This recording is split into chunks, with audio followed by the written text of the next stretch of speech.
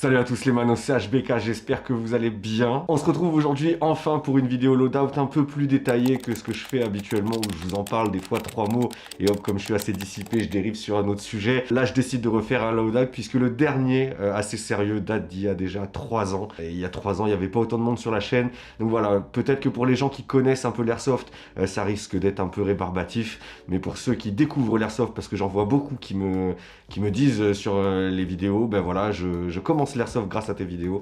Donc voilà, j'espère que vous trouverez vos réponses là-dedans. Si vous avez des questions, n'hésitez surtout pas à les laisser en commentaire. Je me ferai un plaisir d'y répondre. Un petit peu comme le loadout d'il y a 3 ans, l'idée de vous montrer presque tout ce que je possède et que j'utilise ou non pour l'airsoft. Voilà, pendant que je vous présenterai les produits, je vous indiquerai les tarifs si j'arrive à les retrouver parce qu'il y a des références, elles sont tellement vieilles que je les retrouve quasiment plus. Si je les utilise encore à ce jour, si oui, pourquoi, sinon pourquoi. Voilà, j'essaierai de répondre à un maximum de détails. Comme dans la plupart de mes vidéos loadout, je pense qu'il est plus judicieux de démarrer par le bas et ensuite remonter jusqu'à la tête. On commence donc par les pieds. J'utilise aujourd'hui des Salomon. Petite expérience au niveau des chaussures.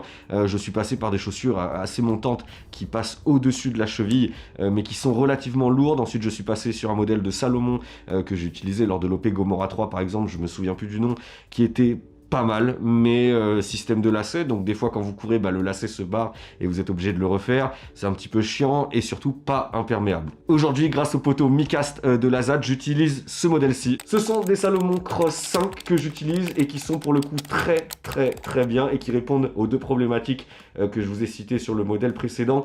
Si vous voulez, juste à l'avant ici, vous n'avez pas de lacet, vous avez un système de rétention où en fait vous avez juste à serrer, ça va bien prendre le pied et au moins il n'y a pas de risque que ça se défasse. Vraiment, c'est très solide, ça tient très bien. Au début j'étais un peu sceptique, je me dis comment cette petite lanière va réussir à tenir toute la journée, mais c'est deux chaussures qui sont faites exprès pour ce genre de choses, donc vraiment ça tient très bien. Concernant l'imperméabilité, pour l'instant j'ai pas de problème, je me retrouve pas avec les pieds mouillés, même si Gomorrah c'était dans des conditions un peu différentes parce qu'on avait fait une nocturne dans l'herbe, dans la forêt, machin.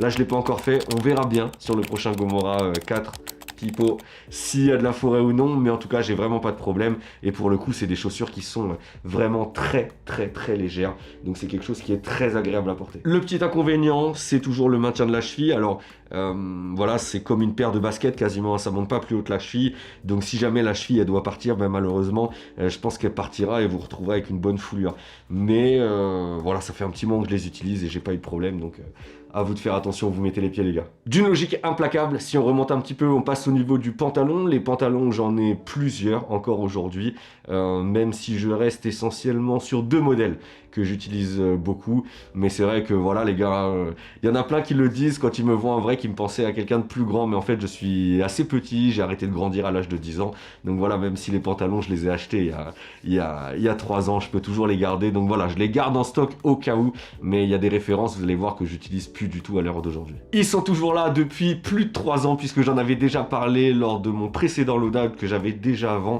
Ce sont les pantalons Invader Gear. Les pantalons Invader Gear, j'en ai 3 que je vais vous montrer juste après.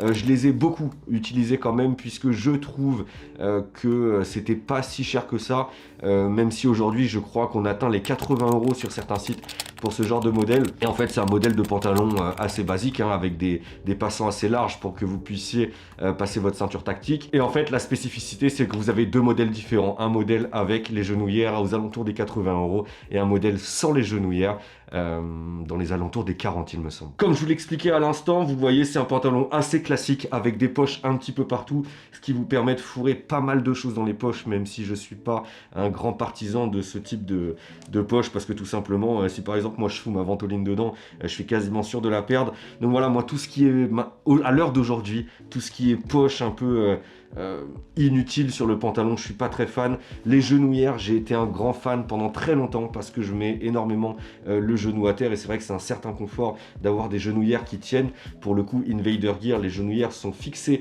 directement au pantalon, donc vous risquez pas de les perdre, mais aujourd'hui les goûts ont changé Et je suis devenu un kéké, les gars, je suis devenu un kéké, donc je fais attention à mon style et je préfère avoir un pantalon un petit peu plus slim, même sans les genouillères. À l'heure d'aujourd'hui, ça me dérange plus, avec juste 2 poches, un petit peu comme un jean, hein, un pantalon très classique. En tout cas, sur la qualité du pantalon Invader Gear, bien évidemment qu'on n'est pas sur un UF Pro, mais c'est quand même quelque chose qui tient relativement bien dans le temps. Donc voilà, je vais l'avoir en coloris tan. Je vais avoir le même en coloris Woodland. Celui-là, je l'utilisais à l'époque sur Network, non pas Network, Homework, à l'époque sur Homework.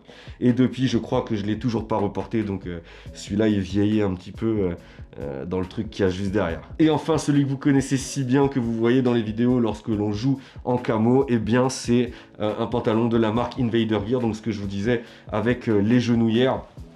Et c'est vrai que je l'utilise depuis très longtemps, ça se voit d'ailleurs, le camo s'est bien barré à la machine et à force de jouer avec, ça reste cohérent avec ce que je disais au début, hein. Encore aujourd'hui je cherche un beau pantalon multicam sans les genouillères qui coûte pas un bras, parce que le copain Jordan il envoie plein de références, mais Jordan il a des goûts de luxe, hein, depuis qu'il a un Ferro Concept il s'enflamme de ouf, mais non, sans blague à part, il arrive à m'envoyer des modèles aux alentours des 100 balles qui ont l'air pas trop mal, faut juste que je franchisse le pas, mais celui-là ça fait tellement longtemps que je l'utilise que j'en suis content, et c'est vrai qu'aujourd'hui jouer camo c'est plus un truc non plus qui m'attire, donc je préfère ma tenue civile. Ce pantalon, vous avez dû peut-être le voir une seule fois dans ma vidéo de présentation en début d'année, que je n'ai toujours pas porté en partie. C'est le V2 Fighter de chez Hadis, qui répond aux critères que je vous ai cités juste avant, c'est-à-dire qu'il n'a pas énormément de poches non plus, il n'a pas les genouillères, c'est juste moi qui suis un petit peu con, je me suis trompé de taille, et je le trouve un peu trop large, un peu trop baggy, et les gars, je vous ai dit, maintenant je suis un kéké, donc je fais gaffe à ce que je mets, et je préfère des pantalons un petit peu plus serrés, je le mets pas du tout, et celui-là, ouais, vraiment, il est tout neuf, quoi, je m'en suis jamais servi. Le dernier pantalon est de loin celui que je préfère, alors pas dans ce coloris en noir, puisque je l'ai en olive et en noir.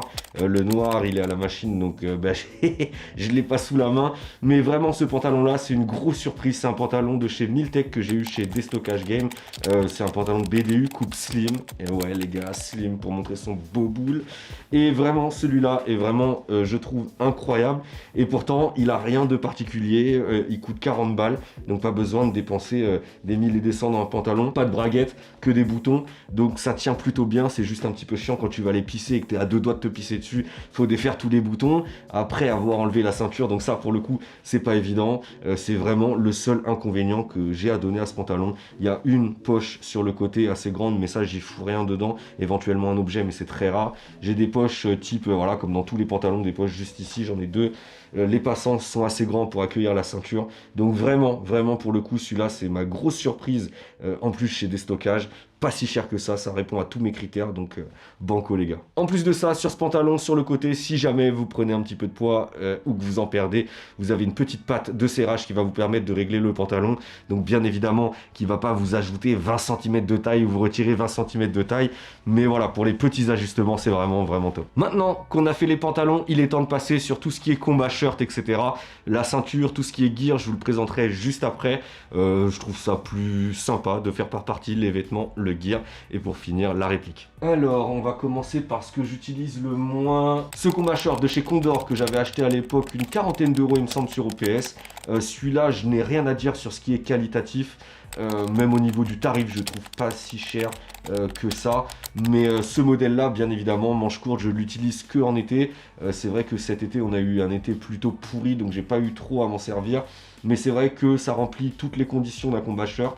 Le fait d'être en t-shirt, ben, ça permet aussi d'avoir moins chaud, et je trouve que c'est agréable de jouer en t-shirt. On n'a pas tout cet encombrement au niveau du bras qu'on peut avoir avec un combat shirt classique, même si je préfère jouer en combat shirt avec des manches longues. La solution du manche courte est plutôt sympa. Quant à la matière centrale, je ne pourrais pas vous dire le nom exact, mais on est sur quelque chose d'assez élastique, quelque chose d'assez respirant. Bien évidemment qu'avec le gilet tactique et l'usure, ça me fait des petites peluches sur le tissu, mais voilà, juste en dessous, vous avez quand même du tissu assez respirant, assez fin.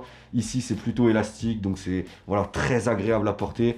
Le multicam est plutôt bien fait, on est sur du Condor, hein, donc on n'est pas non plus sur le truc très haut de gamme, mais on est sur quelque chose de très raisonnable. Et voilà, c'est pas quelque chose qui va gratter, c'est pas quelque chose de très épais, donc vraiment agréable à porter l'été. J'utilise ensuite un deuxième t-shirt, celui-là je le mets un peu plus souvent parce que je le trouve plus sympa. C'est le t-shirt de chez Viper Tactical en full black. Moi ce qu'il me fallait c'était le velcro ici sur le côté pour pouvoir mettre les patchs. Mais à côté de ça, voilà, ça remplit la même fonction que celui juste avant. Vous êtes quand même sur un tissu au milieu un peu plus épais. Donc c'est vrai que quand je le mets, j'ai un peu plus chaud. Mais voilà, c'est bon les gars, à partir du moment où on met tout l'équipement, on peut affronter le froid et la chaleur sans aucun souci. Mais voilà, vraiment rien de particulier à ajouter. Je l'avais eu pour une trentaine d'euros, ça fait le taf.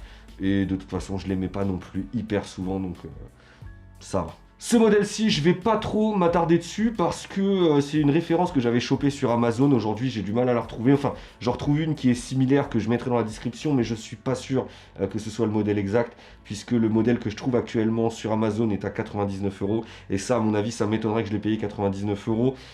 Sur la qualité, au niveau du porté, on est sur au niveau du toucher, pardon, on est sur quelque chose comme un pyjama en fait. Le milieu est assez fin, élastique et assez respirant.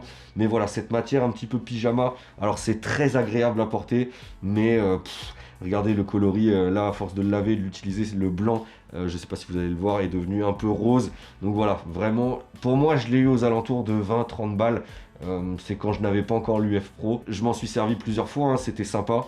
Mais le coloris ne tient vraiment pas dans le temps, donc pour le coup je vous déconseille ce type de référence. Et ouais les gars, si vous reconnaissez, ça c'est le sweat FCC qui m'a été offert par Théo Griezmann quand je suis allé faire une vidéo sur le FCC qui a d'ailleurs été une expérience incroyable. Hein. Les gars, si vous n'avez pas vu, vous savez pas ce que c'est le FCC, regardez dans ma chaîne, il y a la vidéo. Mais je suis content les gars, parce que ça normalement, ce sweat là, bah il n'y a que le staff qui l'a, et je fais pas partie du staff et je l'ai quand même, donc merci, merci. Concernant ce modèle, vous avez dû le voir en début d'année sur une vidéo de présentation, quelques vidéos un petit peu sur Domaine quand je le portais. Je le porte pas souvent parce qu'au niveau du coloris, je préférerais l'avoir en noir, mais le peu de fois où je l'ai porté, je le trouve vraiment incroyable. J'aime bien aussi le porter dans le civil de temps en temps, alors pas tous les jours, hein, mais de temps en temps. Mais on est sur quelque chose de très très très léger, assez élastique. C'est solide, vous avez la petite capuche à l'arrière, donc je trouve voilà, c'est quelque chose qui peut aussi se porter dans la vie civile, et c'est ce que je fais vu que je le rentabilise pas sur les parties, il faut bien. On est sur un modèle de chez Helicon, et vous pouvez le trouver sur OPS aujourd'hui aux alentours des 60 balles, il me semble un tout petit peu moins. Un modèle que j'aime vraiment beaucoup, mais que je porte pas en partie parce que je suis un connard. Les softshell juste ici, pour moi, ça vaut pas le coup que je vous en parle, hein. C'est une softshell classique dont je vous ai déjà parlé. Pour celle-ci, qui est une toute simple, vous pouvez la trouver sur AliExpress aux alentours d'une vingtaine d'euros, donc qui est pas cher, hein. Celle-ci je l'avais commandée, la livraison a été rapide, le produit est de bonne qualité. Le seul inconvénient que vous allez avoir, c'est peut-être les velcro ici au niveau de la manche qui au bout de quelques utilisations ne fonctionnent plus du tout. Vous voyez, hein, je l'ai mis sur le velcro, ça tient pas, donc c'est un peu dommage si vous voulez que ça vous serre au niveau du poignet, mais sinon dans l'ensemble ça reste une veste qui vous tient chaud, donc si vous voulez une soft shell pas chère, n'hésitez pas les gars, AliExpress, hein, on fait travailler les Chinois. Juste à côté, je vous en parle un petit peu quand même, c'est la soft shell qui m'avait été offerte par Airsoft Entrepôt lors de l'événement ATM. On y était allé, on avait retrouvé plein de youtubeurs là-bas, j'en avais fait une petite vidéo, enfin je vous en avais parlé, j'avais pas fait de vidéo parce que j'avais préféré garder ce moment-là pour moi, parce que c'était quelque chose de fou, hein. J'avais rencontré Kanseb, l'entre du dingo, etc. Donc c'était vraiment quelque chose de dingue. La veste est plutôt sympa, assez discret, ATM, à Matsumaru. Le seul inconvénient, mais comme je suis pas casse-couille, j'en ai pas parlé, c'est qu'ils m'ont filé du L alors que je fais du M, et vraiment pour le coup je flotte dedans, donc c'est vrai que je la mets pas parce que bibin d'homme. Un combat shirt que j'utilise très souvent et que vous voyez très souvent dans les vidéos et sur les photos, c'est le combat shirt qui vient pour le coup de chez UF Pro. Donc ça, on n'est pas du tout sur le même tarif que les autres combat shirts, puisque celui-là traîne aux alentours des... J'aimerais pas dire de conneries, attendez. C'était à cause de Raph que j'avais fait la diva parce qu'il m'en avait parlé. Et c'est vrai qu'au final je regrette pas du tout. Donc on est sur la chemise de combat Striker XT Gen 2 qu'on trouve aujourd'hui sur UF Pro à 160 balles. Après peut-être que je l'avais payé moins de 160 balles parce que le site d'UF Pro fait beaucoup de promotions. Donc voilà, j'avais peut-être dû attendre une belle promotion et je l'avais acheté. Pour le coup, on est vraiment sur quelque chose de très qualitatif puisque c'est du matériel militaire qui est utilisé par des vrais militaires. Donc voilà, je l'utilise très souvent. Je l'ai passé à la machine très souvent. Au niveau du coloris, voilà, ça s'use, c'est normal hein, puisque ça fait plus de 3 ans que je l'ai, mais le coloris reste très correct. Les velcro sont toujours là, vous pouvez hop, l'airsoft intemporel dessus. Voilà, toutes les parties velcro tiennent encore très bien et c'est vraiment quelque chose dont je suis très content. Regardez, je l'utilise très souvent. Donc ça, il commence à y avoir des pelures sur le textile, mais rien d'alarmant, c'est quelque chose de très solide, hein. Il n'y a rien qui s'est déchiré, vraiment très content. Et enfin, ce modèle-ci qui est totalement à l'opposé de celui que je vous ai présenté juste avant niveau tarif, puisque là on est sur le Invader Gear que vous trouverez aux alentours des 40 € sur les sites. Et c'est celui que j'utilise pour ma tenue civile et qui remplit tout à fait les conditions que je lui demande. C'est quelque chose d'assez léger, assez solide. La partie centrale est élastique comme la plupart des produits Invader Gear. Vous avez l'espace velcro qui est ici, qui est toujours pas abîmé, ça tient toujours aussi bien. Donc voilà, vraiment très content. Au niveau du coloris, c'est sur du noir, donc quand je le lave, j'ai pas trop d'usure. Deux poids, deux mesures, un à 160 balles, un à 40 balles. Peut-être que le multicam, le Invader Gear multicam aujourd'hui ne se fait plus. À l'époque, n'aurait peut-être pas aussi bien tenu que celui-là. Mais pour du noir, je vois pas le coup d'investir autant d'argent alors qu'on peut le trouver tout aussi bien pour 40 balles. J'en ai pas parlé, mais il y a aussi le sweat que je porte actuellement. Ça me paraît tellement une évidence que j'en ai pas parlé. Ça, c'est un sweat de chez Miltech que j'avais trouvé chez Destockage Game. Et en fait, pour tout vous dire, une fois, j'avais vu Isoft sur une de ses vidéos avec un sweat comme ça, avec l'emplacement pour les velcro. J'ai été jaloux, j'ai dit putain, où il a trouvé ça? J'ai fouiné sur Destockage et je l'ai trouvé. Donc, je vous mettrai le lien dans la description aussi. Vous le trouvez autour du quarantaine d'euros. Et je l'ai déjà utilisé pour l'airsoft et pour la vie civile. Bah, la vie civile, rien qu'aujourd'hui. Et pour l'airsoft, on est sur quelque chose qui fonctionne plutôt pas mal. C'est un bon compromis, par exemple, au printemps, quand il fait pas trop froid ni trop chaud. Vous pouvez mettre ce genre de haut et ça fonctionne très bien. Maintenant qu'on a fait le tour des fringues, les gars, je vous propose de passer directement pour la partie gear. Let's go! Pour commencer par la partie gear, pour moi, il me semble logique de commencer par la ceinture. Donc les ceintures, je vais avoir deux modèles. Je vous en ai parlé en début d'année. J'ai la ceinture de chez Ido Gear que je trouve très bien, mais que j'ai utilisé très peu de fois. Puisque même quand je joue en civil, je préfère, pour une question de style comme d'habitude, avoir mon équipement multicam. Mais c'est vrai que je l'ai testé plusieurs fois et j'en suis plutôt très content. Ce qui m'avait plu sur cette ceinture, c'est surtout le côté tarifaire, puisqu'il me semble que je l'avais acheté à l'époque sur Amazon. Ça devait me coûter moins d'une trentaine d'euros, il me semble. Et on est sur le même système que la ceinture qu'on va voir juste après, la PT5. Vous avez cette première partie qu'il va falloir glisser dans votre pantalon et par les passants. Et vous allez venir ensuite fixer par-dessus cette ceinture. Les deux ont du velcro et vous allez voir en fait que ça va super bien tenir. Honnêtement, j'utilise ce système depuis très longtemps maintenant, hein, plus de 3 ans. Et j'ai jamais perdu ma ceinture parce que le velcro était mal attaché. J'en avais déjà parlé dans mon dernier loadout, mais si vous voulez, ce système de ceinture va permettre justement d'éviter d'avoir une ceinture qui va balader entre vos hanches, vos fesses et qui va remonter jusqu'ici quand vous allez vous agenouiller par terre par exemple. Donc voilà, ce système là, je trouve que c'est vraiment aujourd'hui ce qu'il y a de mieux. Alors parce que j'ai pas testé d'autres modèles, hein, mais pour moi c'est quelque chose qui me correspond très bien puisque la ceinture est en place et ne bouge absolument pas. Je vois déjà les kékés là qui vont dire ouais mais à Ginit ils ont sorti le modèle avec l'aimant machin. Ouais, pour le coup les gars, ce système là a l'air incroyable, mais je trouve que payer aussi cher juste pour une fixation aimant, alors pour le coup je pense que ça doit très bien tenir, mais à moins que vous vouliez me faire un cadeau les gars, hein. Du coup sur cette ceinture on va retrouver deux petites poches Ido Gear, pareil que j'avais dû choper, je sais plus à quel tarif, je vais regarder tout de suite. Alors je suis en train de regarder, j'ai l'impression que ces poches là ne se font plus. Après vous trouvez des triples poches ou un nouveau modèle de poche, les triples poches aux alentours des 23 balles. Moi il me semble que la poche j'avais dû me coûter entre 5 et 10 balles, hein. C'était vraiment pas cher. C'est pour ça que je suis parti sur ce modèle.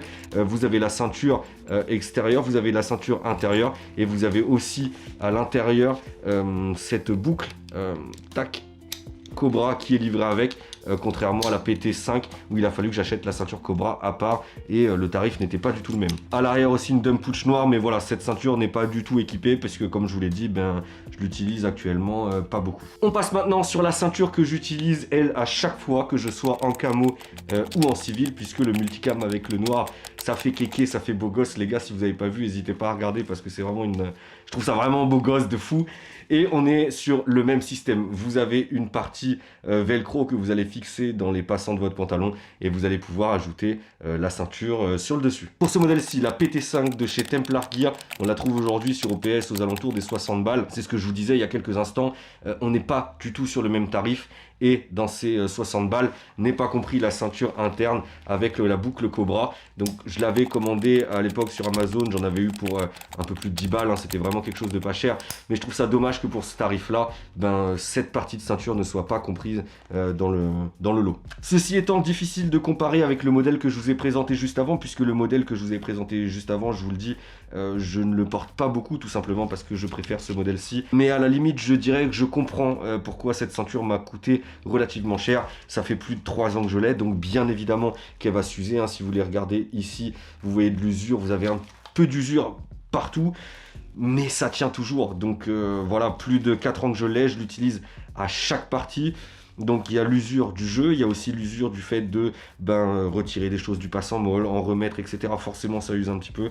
En 4 ans, ils ont dû voir des changements là, les passants, donc voilà. Mais à l'heure d'aujourd'hui, c'est un produit dont je suis encore extrêmement content. Étant droitier, sur le côté droit de ma ceinture, vous allez trouver ce holster. Il me semble que c'est un holster SeaTac que j'avais payé aux alentours des 10 balles.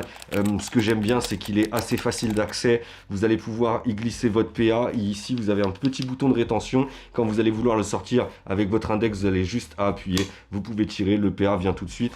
J'ai rajouté ça par-dessus qui va venir se fixer autour de ma jambe. Alors, regardez l'état, mais voilà, je m'en bats les couilles du moment que ça tient et que ça permet de maintenir le holster contre ma jambe.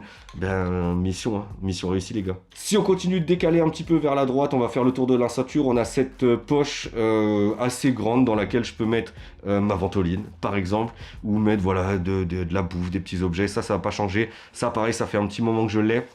J'ai fixé le drapeau France ici pour faire kéké, puisque maintenant sur le côté j'ai mes drapeaux de la Corée. J'avais dit que je le ferais, je l'ai fait. Donc voilà, les patchs France ont fini sur le casque et à l'arrière de mon équipement sur la ceinture. Mais voilà, cette poche est plutôt pratique, hein. Vous avez un petit espace à l'avant ici pour pouvoir y glisser ce que vous voulez, et vous avez la même chose avec un peu plus de largeur et de profondeur sur le dessus. Ça, c'est une nouvelle poche, encore une fois pour faire le kéké, puisque tout le monde là, je me suis dit, moi aussi je l'avais, je vais faire kéké Kimera moi aussi.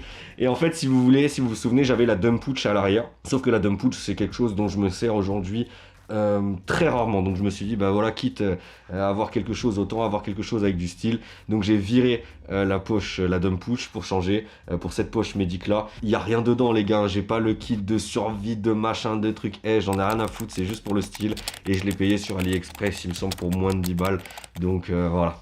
J'estime qu'à titre décoratif, il fallait pas plus cher. On continue, on arrive maintenant sur le côté gauche puisqu'on a quasiment fait le tour de la ceinture. J'ai 2 portes chargeurs, un pour PA, un pour AR15 de la marque Templar Gear. Là les gars, on n'est pas du tout sur le même tarif que Lido Gear. Je vous remettrai les tarifs, mais il me semble que ça m'a coûté relativement cher. Cette petite poche, il me semble que c'était quasiment 20 balles. Et celle-là, c'était 24, il me semble, hein, si j'ai bon souvenir. Il faudra que je revérifie. De toute façon, je vous le noterai sur l'écran. Mais voilà, j'en suis content. Le système de rétention est très bon. Que je mette un chargeur assez lourd, hein, à gaz, ça tient très bien. Je ne l'ai jamais perdu. Et que je mette un chargeur d'AEG ici, c'est relativement serré. Et ça tient très bien. Donc pour le coup, très efficace. On continue encore avec un truc qui sert absolument à rien, mais qui est beau gosse pour le style, puisque Kimera avait fait une vidéo là-dessus, et c'est vrai que c'est plutôt stylé. J'ai acheté ce petit outil sur AliExpress pour moins de 5 balles. Et en fait, si vous voulez, ça vient se glisser à travers vos passants molles. Donc vous avez deux petits bitonios là qui empêchent le passant de passer à travers. Une accroche, j'ai mis un petit câble et j'y ai glissé des scialumes que je peux tirer. Voilà, vraiment comme la vidéo Keke Kimera avec le petit élastique, j'ai juste à tirer pour l'arracher et le craquer. Mais voilà, c'est ce que je vous dis les gars, c'est à titre décoratif. Peut-être éventuellement en OP puisque sur Gomorrah, on l'avait utilisé. Mais pour des dominicales, voilà, c'est vraiment juste pour le style. Et on termine juste ici du coup avec un petit passant qui me permet d'accrocher mes gants. Mais pareil, c'est très rare que je mette mes gants là-dessus puisque mes gants en général, soit je les ai aux mains et sinon j'ai la flemme honnêtement de les passer là-dedans, donc ils finissent dans la poche. Mais encore une fois, pour le style, c'est plutôt cool. Donc voilà, on a fait le tour de ma ceinture que j'utilise depuis maintenant plus de 3 ans et j'en suis toujours autant satisfait, donc pourvu que ça dure. Et au pire des cas, si ça dure pas, j'ai déjà gaulé un autre modèle de ceinture sur AliExpress que mon collègue Mika a acheté. Il me l'a montré même au niveau du gilet que je vais vous présenter juste à l'instant. J'en suis hyper content. Mais Mika, il a déniché un truc sur AliExpress là pour avoir du Ferrero concept. Ça a l'air vraiment pas mal, c'est pas trop cher. Donc, on continue avec mon gilet tactique que j'apprécie de fou. Je crois que de tous les gilets tactiques que j'ai eu, en fait, c'est celui que je préfère. Celui-ci, c'est le UTA X-Raptor qui m'avait été envoyé par Tactical X-Men. J'ai eu de la chance, je ne l'ai pas payé, mais aujourd'hui, vous le trouvez aux alentours de 160 et 170 $ sur leur site. Je suis très content parce que j'aurais pas mis autant dans un gilet tactique. Honnêtement, hein. Et là pour le coup, ben, voilà, je l'ai pas payé. Et quand je l'ai reçu, j'étais très sceptique avec les boucles sur le côté en plastique. Voilà, je me suis dit ça c'est un peu de la merde, etc. Et au final, il se trouve que ben, c'est le meilleur gilet que j'ai pu avoir et que j'aime porter aujourd'hui. L'année dernière, à l'époque de Gomorrah, je ne l'avais pas encore. J'étais sur mon ancien gilet, c'était le Bulldog Tactical, qui était très bien. Mais celui-là, je le trouve d'un confort encore plus marquant. Donc celui-là, je suis vraiment pressé de l'utiliser pour une grosse OP, voilà, où je vais devoir porter mon gilet vraiment toute la journée. Mais rien qu'en dominical, celui-là, je le trouve très léger, très pratique, donc très très content. Je vais l'enfiler comme ça, vous pouvez voir si vous voulez. Avec la casquette, c'est pas très pratique. Donc c'est ça en fait, que j'avais peur au début. Ces boucles plastiques, j'avais peur que ça vienne me gêner sur le côté, etc. Mais au final pas du tout, et je trouve que c'est relativement pratique, hein. Vous avez juste à le clipser et du coup ça tient. La même chose de l'autre côté, tac, et voilà, le gilet est mis en place. Ici vous avez un système de boucle qui est très rapide à retirer et très rapide à remettre. Je suis confortable, c'est quelque chose d'assez léger. Mes chargeurs, je les mets juste là. Voilà. Juste en bas du gilet, j'ai la poche banane. Honnêtement, c'est encore une fois pour le style, je m'en sers très rarement puisque vous voyez quand je porte mon gilet, c'est assez chiant d'atteindre ça pour ouvrir la poche. C'est un peu galère pour y accéder. Donc voilà, c'est surtout pour le style et surtout pour couvrir mon gras du bide parce que vous le savez, hein, prendre une bille dans le gras ou dans le bide là ici, ça fouette un peu. Donc le fait d'avoir ça, ça protège ou pas un petit peu plus. Mais c'est une poche banane que vous trouvez aux alentours de 20 € je pense sur Amazon. C'est du Viper Tactical, donc vous pouvez le trouver un petit peu partout. Juste au-dessus, alors c'est de là d'où viennent toutes les questions. Je vous ai pas mytho les gars. Et en fait, si vous voulez, c'est une phone case que j'avais attrapée aux alentours des 20 balles sur le site de Novreach. Celle-ci, je m'en sers un petit peu plus, mais je m'en étais surtout essentiellement servi pour l'OP Gomorrah. Si vous voulez, ça s'ouvre comme ça. À l'intérieur, vous avez du velcro. J'ai rien fixé sur cette partie-là, mais à l'intérieur, en fait, j'ai fixé une vieille coque de téléphone. En fait, j'ai un vieux téléphone que j'utilise essentiellement sur les OP quand c'est nécessaire. Et du coup, ça me permet de venir fixer mon téléphone à l'intérieur. J'ai juste à refermer, hop. Et si j'ai besoin de regarder un objectif ou me servir du téléphone en question, j'ai juste à ouvrir et du coup j'y accède directement. C'est facile d'accès. En plus avec les gants que j'ai, je peux pianoter sur le téléphone. Donc pour le coup je trouve ça vraiment, vraiment top. Quand je suis pas en OP, là je l'ai fait sur la dernière partie sur Alpha Unit avec les Belges. C'est pratique pour mettre une carte à l'intérieur ou pour mettre voilà, un petit objet. Alors pas trop large, mais ça reste toujours pratique et c'est facile d'accès. Juste derrière vous avez la poche chargeur qui était fournie avec le gilet que j'ai pas changé parce que j'en suis très content. En plus de ça, ils utilisent des boucles sur le côté, donc c'est quelque chose qui est compatible directement. Je me suis dit je vais pas changer un truc qui fonctionne. Donc voilà, j'ai juste retiré les élastiques détention parce que j'en ai pas le réel besoin. Quand je mets mes chargeurs, il faut que je puisse les extraire assez rapidement. Il faut surtout que je puisse les remettre facilement. Même si j'ai pas les élastiques, j'ai jamais perdu de chargeur en partie parce que déjà j'ai toujours eu quelque chose au-dessus qui bloquait, et ensuite de ça avec la poche ça vient aplatir un petit peu quand même, et au final voilà, c'est largement suffisant. J'ai jamais perdu mes chargeurs, donc je trouve ça plus pratique. Juste ici encore le drapeau de la Corée et surtout une nouvelle poche que j'ai aussi eu sur AliExpress aux alentours des 5 balles, que je trouve très pratique parce que vous avez cette fermeture éclair et ça permet d'avoir un accès très rapidement à une toute petite poche. Donc ça pour le coup les gars, comparé à ça où c'est assez chiant d'accès et dans lequel je mettais ma ventoline, et maintenant ma ventoline je peux la foutre là juste à côté de mon paquet de clopes et du briquet. Mais voilà, pour 5 balles je suis relativement content du coloris et de la pochette en elle-même, puisque c'est vrai que quand j'ai commandé sur AliExpress je me suis fait plaisir et j'ai pris d'autres choses en multicam, mais voilà, AliExpress le tarot c'est bien, mais niveau qualitatif c'est pas toujours ouf. À l'arrière de mon gilet je suis passé sur cette configuration tout simplement parce qu'encore une fois c'est un phénomène de mode. Ici pour moi je mets pas de grenades parce que j'ai pas envie de les perdre et tout simplement parce que j'en ai pas, donc voilà, c'est vraiment à titre décoratif. J'ai quand même une poche en dessous dans laquelle je peux, alors pas moi hein, ou mes collègues peuvent glisser des items s'ils le souhaitent, mais en fait si vous voulez j'ai voulu changer puisqu'avant j'avais un sac qui descendait à peu près jusque là, donc je trouvais ça pas terrible et puis en plus ça me servait strictement à rien, donc quitte à servir à rien autant que ce soit beau gosse. Donc ça, encore une fois, je l'ai chopé sur AliExpress, puisque c'est une repro de je sais pas quelle marque, hein, où les mecs ils payent des 160 balles, je pense, des 200 balles pour avoir un back panel. Voilà, moi je l'ai payé une trentaine d'euros et ça me suffit largement. Donc voilà, pour ceux qui veulent claquer autant de thunes dans ce gilet, allez-y les gars, parce que c'est quelque chose qui est très confortable et de bonne qualité. Après, pour moi, objectivement, vous pouvez trouver des gilets d'aussi bonne qualité, peut-être même meilleurs, pour moins cher. Encore une fois, je vous en parle puisque c'est l'huile Shaitan qui m'a mis là-dessus. Le collègue Micast a trouvé sur AliExpress une copie des Ferro Concept. Voilà, pareil, moi je suis pas partisan de claquer autant de thunes dans une vraie marque puisqu'on fait que de l'airsoft. Après, encore une fois, il en va du goût de chacun. Mais il a trouvé un gilet, une belle copie qu'il a mis la dernière fois pour 90 euros. J'ai pu le tester, on est sur quelque chose de très léger. Ça semble assez robuste. Donc voilà, il y a quand même un écart entre 90 et 170 balles.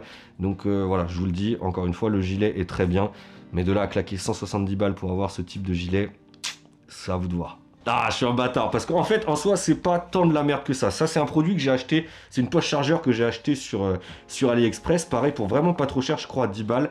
Le coloris est plutôt pas mal, et en fait, ce qui m'a intéressé, c'est de pouvoir mettre les chargeurs à l'arrière et d'avoir une belle poche à l'avant, assez grande pour justement y fourrer tout ce que vous voulez et y avoir un accès très rapide. Le seul truc qui m'a rendu dingue, c'est que au niveau de la couture derrière, je sais pas si vous allez voir, celui-là est correct. Mais celui-là, il est complètement de traviole et du coup, j'ai que cet espace-là pour foutre un chargeur. Donc vous imaginez que c'est pas possible. Et du coup, pour le milieu, il y a un écart de ça. Donc le chargeur, si vous voulez, il ballotte de fou. Donc là, pour ça, j'ai un peu le seum. Je me dis que c'est sûrement un défaut de fabrication sur ce modèle-là. J'espère, et que les autres sont plutôt bien. Dans l'idée, c'est quelque chose qui m'avait totalement séduit. Et même quand je l'ai mis, je trouve que niveau style, c'est sympa. Mais voilà, la réalisation à l'intérieur... Ah, les Chinois, pas bon travail. Eh ouais, vous pouvez pas m'accuser de racisme. Je suis asiatique, je peux tailler les Asiates, j'en ai rien à branler. Concernant les gants, j'utilise les gants de la marque Mob que j'avais chopé à l'époque sur le site de Chimera. Alors je sais plus combien, mais là je viens de regarder sur internet, on les trouve sur le site Vet Sécurité pour un petit peu plus de 33 balles. Et pour le coup, c'est des gants, j'en suis plutôt très content, tout simplement parce qu'ils vont être très très fins. Ils sont très agréables à porter, en plus de ça, vous pouvez l'utiliser sur le téléphone. Le seul inconvénient entre guillemets, c'est que vous n'avez pas de coque à l'avant. Ça a l'inconvénient que quand vous prenez une bille dans les doigts, vous le sentez bien. Après, ça a l'avantage, le fait qu'il n'y ait pas de coque. Je trouve que ça permet une dextérité des mains qui n'est pas la même. Hein. Vraiment, là, c'est comme si, voilà, je sens que j'ai un gant, mais je reste très libre de mes mouvements avec la main et c'est vraiment très très agréable. Ouais, c'est un peu mal expliqué, mais c'est vrai que j'ai déjà eu des gants coqués et c'est vrai que quand vous avez des gants coqués, voilà, au niveau de la sensation, etc., je trouve que c'est pas la même chose. Et voilà, vous pouvez trouver ce modèle-là pour un petit peu plus de 30 balles et il me semble que ça existe soit en noir, soit en tan. Maintenant, on va parler des cagoules puisque c'est quelque chose aussi que j'utilise à chaque partie, puisque en effet, la cagoule va permettre de maintenir ma grille NB Tactical que je vous présenterai juste après sous la cagoule. La cagoule, j'utilise depuis un petit moment les NB Tactical. C'est pas celle que je porte, justement, je vais vous expliquer. En fait, si vous voulez, je vous les montre tout de suite, comme ça, ce sera plus simple. Vous m'avez déjà vu avec, j'utilise les cagoules de chez NB Tactical que vous trouvez sur leur site. Je vous mets le lien dans la description parce que je me souviens plus du tarot, mais on est quand même sur quelque chose de relativement cher. Il me semble qu'on est à plus de 20 balles. Donc je l'ai en noir. Je l'ai en... Ah, désolé du bug. En olive et je l'ai aussi en tan. Je sais pas si vous utilisez ce genre de cagoule. Si vous les utilisez, je pense que vous êtes du même avis que moi. C'est des cagoules que j'aime énormément porter, tout simplement parce qu'elles sont très légères. Vous avez des trous partout, donc ça vous permet une très bonne aération. Et même quand vous transpirez, du coup, comme c'est très léger, dès qu'il y a un peu de vent ou que vous courez un petit peu, tout de suite ça rafraîchit la tête. Donc ça, pour le coup, ces cagoules-là, j'en suis vraiment, vraiment très content. Et tout simplement, en fait, je rigolais il y a quelques instants avant de vous présenter ces trois cagoules-là, puisque je vous l'ai dit, ces trois cagoules-là viennent d'un site européen, un site allemand qui est NB Tactical qu'on achète à un peu plus de 20 balles. Et la cagoule que j'ai là actuellement, on est vraiment en fait sur le modèle comme une NB Tactical, sauf qu'en fait elle vient de chez AliExpress et je l'ai payé 99 centimes. Donc ouais, après je sais les gars, il y a tout le côté éthique, parce que encore une fois ces cagoules là, je pense qu'ils sont faites par des petits enfants chinois. Ah voilà, je suis un bâtard de rigoler avec ça, mais il y a ce côté budget aussi que je peux comprendre. Il y a des gens qui n'ont pas un budget énorme pour pratiquer l'airsoft et ils cherchent aussi du bon matériel. Donc voilà, entre 99 centimes sur AliExpress et 20 balles sur un site européen. voilà les gars, pas la peine de vous faire des dessins. Et pour le coup, c'est celle que j'ai depuis tout à l'heure, c'est celle que j'ai utilisée sur la partie Alpha Unit, et je vois actuellement aucune différence avec celle qui vient de chez NB Tactical, mis à part que j'aurais pas le logo NB Tactical sur le côté de la cagoule ici, mais ça, c'est pas grave. Pour la grille, je vous en parlais il y a un instant, c'est ce type de grille là. Sur NB Tactical, il me semble qu'il existe deux modèles. Vous avez ce modèle qui va venir se loger sous le nez, et vous avez le modèle qui va faire une sorte d'arrondi ici, qui va prendre le nez. Moi, j'ai préféré ce modèle, tout simplement parce que je le trouve plus pratique. Après, c'est vrai que j'ai déjà pris des billes dans le pif, c'est pas du tout agréable et ça picote sa mère. Donc c'est vrai qu'avoir la protection pour le nez, c'est pas plus mal, mais voilà, moi je préfère ce modèle là parce que je trouve que c'est un peu plus ergonomique, et ça vient du coup prendre la bouche directement ici. Je viens mettre la cagoule sur le dessus, la grille tient très bien, et voilà, c'est relativement fin aussi, hein. Puisque en effet c'est le souci que j'ai remarqué sur plusieurs masques grillagés. En fait c'est tellement épais que quand vous voulez épauler, ben, c'est pas hyper pratique. Là avec ce genre de modèle là, vous n'êtes pas du tout emmerdé. Et idem que la cagoule, je crois que ça doit coûter une petite vingtaine d'euros. Donc c'est rien, j'en reviens encore une fois, mais si vous payez ça 20 balles et que vous achetez une cagoule à côté, vous en avez pour 20,99 €, alors que si vous achetez les deux sur NB Tactical, vous en avez pour plus de 40 balles, sans compter les frais de port. Donc voilà, deux poids, deux mesures. Concernant les lunettes de protection, celle-ci, je sais même pas d'où elles sortent. En fait, si vous voulez, j'avais des lunettes qui étaient vachement bien, je me souviens plus la désignation de cette référence-là, mais en fait, je pouvais incliner les verres, etc. Donc j'avais vraiment zéro problème de buée. Ensuite, je suis repassé sur un modèle qui m'a foutu de la buée partout, ça m'a vite saoulé. Et là, j'ai celle-ci. Alors, je sais absolument pas d'où elle sort, ni qu'est-ce que c'est comme marque, mais pour l'instant, j'ai pas de buée. Je l'ai utilisé là tout le week-end sur Alpha Unit, j'ai pas eu de soucis du tout avec. Et elles sont agréables à porter, à savoir que c'est un modèle de transition, puisque j'attends un nouveau modèle de lunettes. Mais comme je suis un connard, je l'ai fait livrer à mon ancienne adresse. Donc voilà, j'ai dû contacter le proprio, il a bien le colis. Il faut juste que je trouve un temps pour aller récupérer, mais je vais bientôt avoir une paire de lunettes pour changer celle-ci. Concernant le casque, c'est le modèle que j'utilise actuellement. Alors c'est vrai qu'il est pas très bien rangé, hein. Il y a des fils de partout, mais ça à la limite c'est pas quelque chose qui me dérange. On est sur un casque, il me semble, de la marque... Il me semble que c'est la marque One Tigris, donc ça vous le trouvez un petit peu partout, ce casque-là. Alors je trouve que aujourd'hui il est relativement cher. À l'époque il coûtait pas aussi cher que ça, mais encore une fois j'ai eu de la chance de pas le payer puisqu'ils me l'ont envoyé pour que je teste. Et voilà, j'en suis très content. J'en suis très content, tout simplement. Ce qui faisait la différence avec mon ancien casque, c'est que à l'arrière, juste en dessous, ici vous avez la molette de réglage qui permet de serrer ou de desserrer au niveau de l'arrière de la tête. Et du coup pour moi c'est ce qui fait toute la différence avec mon ancien modèle qui ne l'avait pas. Et du coup mon ancien modèle avait tendance à bouger un petit peu quand je courais. Là ici c'est un casque qui tient super bien la tête, donc voilà. Sur le casque, qu'est-ce qu'on y retrouve? Bien évidemment ma fixation GoPro que j'ai juste ici. Ça c'est un petit tips que je vous donne les gars, mais pareil encore une fois j'ai rien inventé, hein. En fait si vous voulez je mets la caméra à l'envers et je viens la coller sur le bord du casque. En fait si vous voulez ça me permet d'avoir un point de vue qui est au plus proche de mes yeux, et du coup la caméra n'est pas trop remontée non plus, parce que ça, voilà les gars, c'est pas une critique, hein, mais je regarde encore beaucoup de vidéos d'airsoft sur YouTube. Et des fois en fait vous avez la caméra qui est trop relevée, donc dès que vous épaulez un petit peu ou autre chose, ben en fait on voit même plus votre réplique, on voit plus rien. Donc voilà, je trouve ça un petit peu dommage parce que vous êtes content, vous voulez vous filmer, vous faites des montages que vous partagez avec les autres. Et c'est dommage parce qu'on voit pas très bien.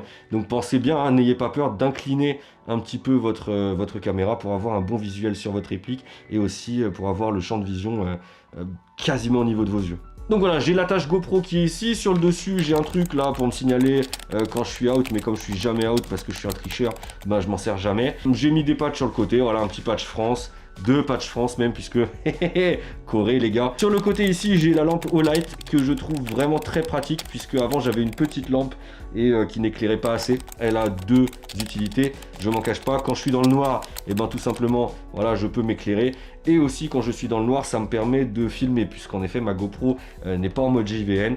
Donc quand je suis dans le noir, ben vous voyez comme moi du noir. Donc le fait d'avoir une lampe assez puissante sur le côté comme ça me permet, quand je souhaite filmer la nuit, j'allume, et du coup vous pouvez voir, puisque les Olight c'est vraiment au niveau puissance une dinguerie. Concernant le casque audio, juste ici, moi j'ai rajouté des velcro sur le dessus pour faire un peu stylé et casser aussi cette couleur du olive que je trouvais pas très très belle.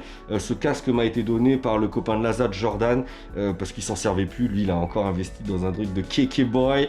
Mais ça, on est sur une gamme d'Airsofter, on est sur du Earmor. J'ai eu plusieurs expériences avec le Earmor. J'en ai eu une première où le truc n'a pas fonctionné et c'était vraiment de la dumps. Et celui-là, je l'utilise depuis maintenant plus d'un an. Je trouve ça très pratique. La partie micro, je m'en sers pas du tout puisque je trouve ça dommage étant donné que je filme. Quand j'ai des transmissions, si ça passe dans le casque, vous entendez rien. Et je trouve ça un petit peu dommage puisqu'au final, vous m'entendez parler tout seul. Là, au moins, quand j'ai des communications, vous l'entendez puisqu'elles sortent directement du Toki. Après, c'est à moi de gérer. Quand je fais des infiltrations ou autre chose, eh ben, je baisse le son du Toki quand j'y pense. Mais voilà, au moins c'est marrant, ça rajoute une petite dose de stress. Ça m'est déjà arrivé plusieurs fois, hein, vous faites votre infiltration et là il y a un des copains de la ZAD qui dit voyons bah les gars, j'ai envie de chier. Hop, et là du coup c'est panique à bord, donc voilà, je trouve ça plutôt sympa. Voilà, ce casque me sert pas du tout à communiquer, mais me sert plutôt à amplifier les bruits environnants et à bloquer les sons qui seraient trop forts. C'est-à-dire que quand vous avez une taguine qui pète à côté de votre gueule, et ben le son va automatiquement se couper. Vous avez un système d'anti-bruit, donc vous n'allez pas ressentir le bruit énorme de la taguine. Mais par contre, si c'est des bruits de discussion ou de quelqu'un qui marche dans les feuilles, etc., tous ces bruits-là vont être amplifiés. À l'arrière du casque, petit investissement que j'ai dû bricoler, puisque je ne sais pas si vous vous souvenez, j'avais ma batterie bank qui était dans ce sens-là. J'avais mis des velcro sur ma batterie bank que j'avais fixé à l'arrière du casque. Mais c'est vrai que c'est pas très joli. En cas de pluie, je trouve ça un peu galère. Et donc du coup, j'ai investi dans cette petite poche idem que j'ai trouvée sur AliExpress pour 3 balles, il me semble, que j'ai dû bricoler, puisqu'en fait, si vous voulez, je n'arrivais pas à la refermer, puisque ma batterie bank était légèrement trop grosse. Donc en fait, si vous voulez, je vais le défaire, ce sera plus simple. Donc voilà, ma batterie bank se retrouve à l'intérieur, vous la voyez juste ici. Donc vous avez le câble USB qui est facile d'accès, le câble de rechargement qui est aussi facile d'accès. De l'autre côté, vous avez la même chose et vous avez cette petite bande qui est juste ici que j'ai coupée de l'autre côté pour pouvoir sortir ou rentrer la batterie et faire surtout passer les câbles facilement. Donc comme je vous l'ai dit, hein, j'avais du mal à la fermer. Donc du coup, je l'ai juste rabattu, j'y ai mis deux sortes d'élastiques par-dessus avec un petit patch et au final c'est quelque chose qui passe plutôt bien. C'est de la même couleur que mon casque, ça fait kéké. Donc voilà les gars, mission réussie aussi. Ouais, là je sens qu'il y en a qui vont faire la gueule parce que je pense que je vais pas vous parler des répliques dans cette vidéo là. Tout simplement en fait parce que vous le savez, au niveau des répliques aujourd'hui j'utilise le dernier modèle de chez RTP qu'ils m'ont envoyé. Et c'est vrai que je voulais faire une belle vidéo de présentation autour parce que voilà, je l'ai utilisé en forêt, je l'ai utilisé la dernière fois en CQB et j'en suis extrêmement content. On est sur vraiment un produit de qualité de dingue. C'est vraiment une réplique de fou et je dis pas ça pour... mais vraiment, voilà, le kick est incroyable. Bref, et je trouve ça un petit peu dommage de vous en parler comme ça à la volée dans un loadout. Je vous l'avais dit, je préfère faire une belle vidéo avec des plans. Voilà, c'est ce que vous le savez les gars, j'aime l'airsoft mais j'aime aussi le montage, j'aime aussi les belles images pour ça. Donc voilà, cette présentation de vidéo, je préfère la faire dans une autre vidéo avec un petit peu de cinématographie, machin, faire le kéké, truc. Bref, voilà, donc je pense que je vais pas vous parler de cette réplique là au moins. Concernant la mallette qui est juste ici, j'ai pas mal de gens qui me posent des questions. Donc on est sur la mallette de chez Nuprol. On n'est pas sur le modèle le plus petit ni sur le modèle le plus grand. On est vraiment dans le milieu de gamme. Je trouve que cette mallette est très bien. Il y en a beaucoup qui me posent la question. Ça me permet d'y stocker au moins 2 répliques. Après, si vous voulez ce type de mallette là, je vous conseille de, si c'est pas le cas, de changer la mousse qui est à l'intérieur. Puisque moi j'ai des mousses alvéolées, pas en petit carré. Donc du coup quand je veux modéliser l'intérieur, je suis obligé de couper, etc. C'est pas forcément propre et c'est pas forcément pratique. Donc si vous avez l'occasion de changer les mousses à l'intérieur de ce type de mallette, honnêtement, allez-y, faites-le. Parce que voilà, si vous savez pas, je trouve que c'est assez intéressant de pouvoir découper la mousse. Là, étant donné que j'ai la réplique RTP avec la réplique RTP, un autre garde-main en 13 pouces, donc il me semble que c'est relativement gros. Et ensuite de ça, il faut que je prenne aussi une réplique de secours au cas où. Avec les mounts, etc., ça prend tout de suite de la place. Donc le fait de faire des trous dans la mousse, ça vous permet de stocker en dessous et de pouvoir poser autre chose par-dessus. Et du coup, c'est un gain de place phénoménal. Cependant, les manos, je vous laisse pas en chier. Je vais vous parler un petit peu de tout ce qui gravite autour et tout le matériel autre que la RTP que je peux utiliser pour les répliques. Alors c'est un petit peu compliqué à expliquer, mais à l'époque où j'ai eu le premier modèle de la RTP, j'avais commandé une Specna à côté parce que j'avais le garde-main en 14 pouces Urgi qui m'intéressait. Et c'était plus intéressant d'acheter un modèle simple à 150 balles plutôt que de payer juste le garde-main à 250 boules ailleurs. Donc j'avais un corps de Specna en fait qui traînait à la maison avec rien dedans. et ça traîne depuis un moment. Ensuite de ça, j'ai fait le meeting ATM. Ensuite, j'ai reçu la MK18 ATM dont je suis aujourd'hui très content. Je continue de l'utiliser sur certaines parties. Même de temps en temps à la maison, j'aime bien tirer avec parce que ça reste très réactif. Le seul souci, et j'y reviens, même si au début j'avais dit au final c'est pas gênant machin, au final quand vous avez un problème ça finit toujours par revenir, c'est le garde-main MK18 que je trouve vraiment trop épais. Le quadri-rail c'est vraiment quelque chose qui est pas fait pour moi, je trouve que c'est pas pratique à maintenir en main, donc du coup j'avais cette problématique. Voilà, j'ai la MK18 ATM qui fonctionne du feu de Dieu, mais je trouve qu'elle est pas agréable à avoir dans les mains, et j'ai ma Specna qui est sur le côté. Qu'est-ce que je peux faire? Voilà ce que j'ai réussi à faire avec le mélange des 2 répliques, même des 3 répliques. En fait, si vous voulez, donc ça c'est le corps Specna qui est en plastique, donc je pense que c'est pas solide du tout, mais ça a ce côté très léger. La réplique est vraiment très très légère, et j'ai fait un mix de tout. Donc j'ai le corps Specna qui était sur la Specna que j'ai acheté il y a un petit moment. J'ai la poignée de la Specna, j'ai la crosse de mon premier modèle RTP. Et j'ai le garde-main Novesque de ma première RTP aussi. Donc vraiment cette réplique c'est le mélange de 3 répliques. Et bien évidemment à l'intérieur j'y ai mis la Gearbox ATM. Au début j'avais peur que ce soit pas compatible et au final tout est compatible. Donc voilà, je suis passé de la MK18 à quelque chose en interne qui est similaire puisque c'est la même Gearbox, j'ai rien changé dedans. C'est juste que le corps est différent. Le corps de la ATM était full métal, donc on avait forcément quelque chose de lourd dans les mains. Là, regardez, je suis en polymère sur tout, sauf peut-être éventuellement le garde-main, mais la réplique est très légère, très maniable, et du coup c'est un réel plaisir de l'avoir dans les mains. Ça change vraiment de la RTP que j'ai actuellement, qui elle est vraiment très lourde. Je ne vais pas vous refaire tout un speech dessus puisque j'en ai déjà parlé. Quand je l'utilise, j'ai juste à mettre mes différents mounts, hein. Vous allez voir après, je vais vous les présenter. J'ai différentes configurations. À l'avant, j'ai mis mon ancien PEG. J'ai acheté ce genre de petit boui-boui là sur AliExpress qui en fait est juste un bouton de poussoir. Mais ça me permet justement de l'avoir sur le côté et de pouvoir directement venir avec mon pouce le saisir ou saisir directement à l'avant ma Olight quand je la mets. Donc voilà, c'est pratique, mais c'est aussi surtout pour faire cliquer. Je sais que vous aimez ça, donc à l'intérieur j'ai mis une batterie 11.1. Il n'y a bien évidemment pas de bille dedans, je vais pas m'emmerder à mettre les lunettes, je suis désolé. Mais voilà, un petit coup, vous le savez, hein, c'est quand même une réplique qui est très réactive. En semi ça fait pas mal et en full auto. J'avais testé, c'est vraiment le feu, donc voilà, si vous voulez jouer comme ça, ça marche aussi.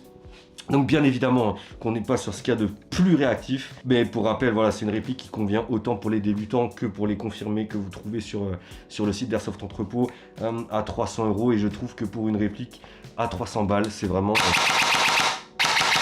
pas mal d'avoir ce type de réactivité et de performance. À l'avant de ma réplique, j'utilise ce traceur là qui est un traceur de chez Specna parce qu'en fait j'ai le Bifrost marche absolument bien, mais le Bifrost on est sur un style un petit peu guézou quoi. En même temps c'est ce qu'on recherchait, puisqu'avec le Bifrost vous avez la possibilité de à chaque tir que la couleur change et de faire les couleurs de l'arc-en-ciel. Donc nous à l'époque on avait trouvé ça très marrant, mais au niveau de sa fonctionnalité le Bifrost il n'y a rien à redire, mais au niveau du design on n'est pas sur quelque chose de très réel, et c'est ce qui me gênait un petit peu. Donc du coup j'ai opté pour ce modèle là de chez Specna que j'ai repeint en noir sur le dessus, mais voilà, après quelque chose de très classique. Vous avez ici le moyen de le charger, vous l'allumez ici, tac, vous refermez, vous appuyez sur le bouton et ça marche. Honnêtement j'ai pas exploré toutes les fonctionnalités de ce traceur, puisqu'en effet moi ce qui m'intéresse c'est juste le fait qu'il flash la bille.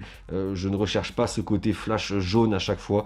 Je trouve que ça fait pas très joli, et en plus de ça vous crame encore plus que la bille traçante. Donc non, juste le fait de flasher la bille et de la rendre traçante, ça me suffit. Bien évidemment, accessoire indispensable, c'est ma Olight que j'ai tout le temps sur ma réplique, sauf vraiment quand je sais qu'il n'y a aucune obscurité. Mais cette lampe là, j'en suis vraiment très content. Pareil, ça fait un petit moment que je l'ai. Elle m'avait coûté, je crois, peut-être 160 balles.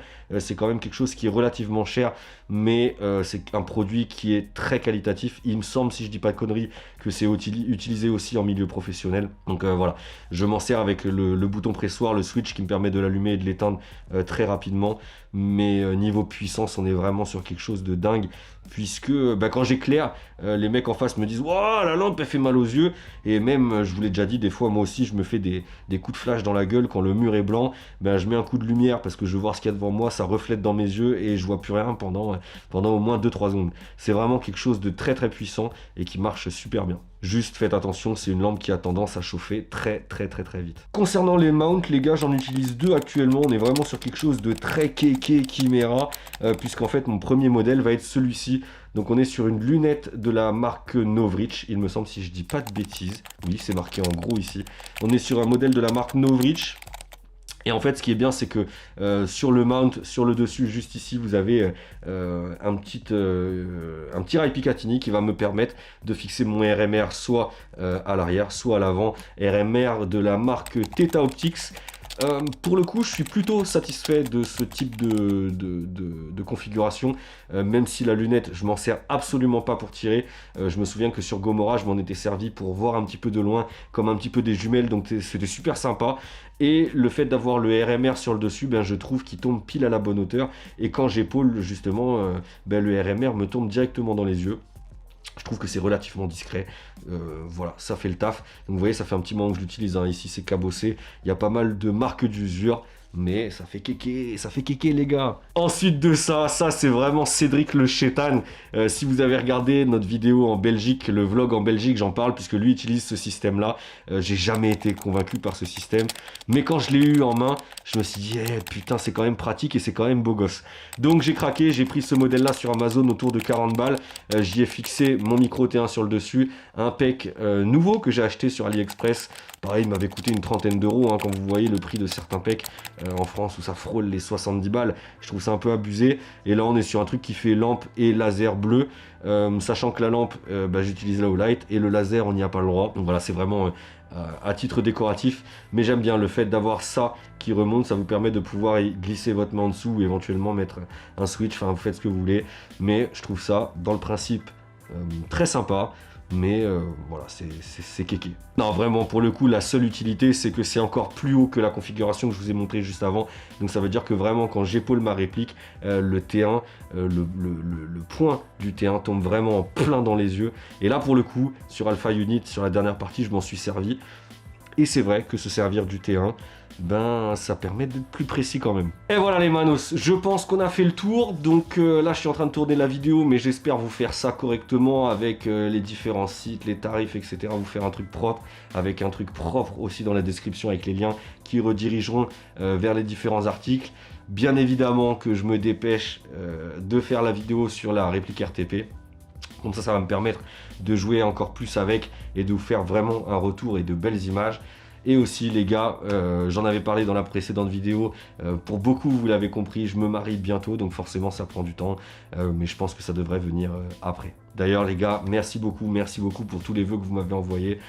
Encore une fois, hein, je le dis à chaque fois, mais ça a son importance. Vous êtes vraiment une communauté de dingue. Je reçois énormément de messages de soutien. Voilà, il y en a plein qui m'ont envoyé les vœux via les commentaires, via Facebook, via les différents réseaux. Donc vraiment, quand je dis que vous êtes une commu de ouf et en or, c'est vraiment pas du pipeau quoi. Voilà les manos, c'est la fin de la vidéo. Je réfléchis là un petit peu, peut-être que les vêtements que j'utilise plus, peut-être que je les ferai gagner. Je vais peut-être pas les faire les vendre parce qu'il y en a, ça fait un petit moment que je les ai et je trouve ça un peu crevard. Mais ce serait peut-être aussi le moyen de vous remercier. Ça ferait plusieurs pantalons. Alors bien évidemment, il faut que ça corresponde à votre taille, sinon je suis pas un magicien, je peux rien faire. Mais voilà, ça peut être l'idée. Voilà, tout ce que je me sers pas, je peux le faire gagner. C'est à vous de voir, c'est vous qui décidez. Si vous êtes chaud, let's go, parce que c'est quand même un truc à organiser. Mais voilà, si vous êtes chaud, let's go. En attendant de vous recroiser sur les terrains pour les nouvelles aventures, faites attention à vous, portez-vous bien et à la prochaine. Ciao les minces.